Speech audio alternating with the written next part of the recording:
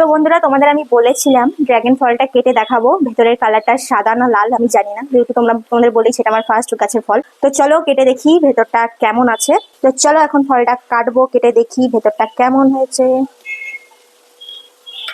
এই যে দেখতে পাচ্ছ ভেতরটা হয়েছে লাল, পুরো দারুণ লাগছে দেখতে। তো কাটার পর এখন খেয়ে দেখবো ফলটা কেমন।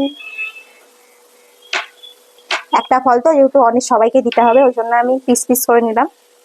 যে চলো আমি খেয়ে দেখি, গাছের একটাই ফল হয়েছে তো সবাইকে দিয়ে খেতে হয়, তো সেই জন্য ছোট ছোট পিস করে সবাই খাবো আমরা। তো চলো খেয়ে দেখি। হেভি মিষ্টি খেতে, দারুণ। হালকা একটু টক আছে আর হেভি মিষ্টি খেতে দারুণ। তো এখন আমার শাশুড়ি মাকে খাওয়াবো, খাইয়ে বলবো যে কেমন হয়েছে, টেস্ট করে দেখবে। বলো এনাও। দারুণ, ভালো মিষ্টি, দারুণ। তুমি খেয়ে বলো কেমন হয়েছে। ইমা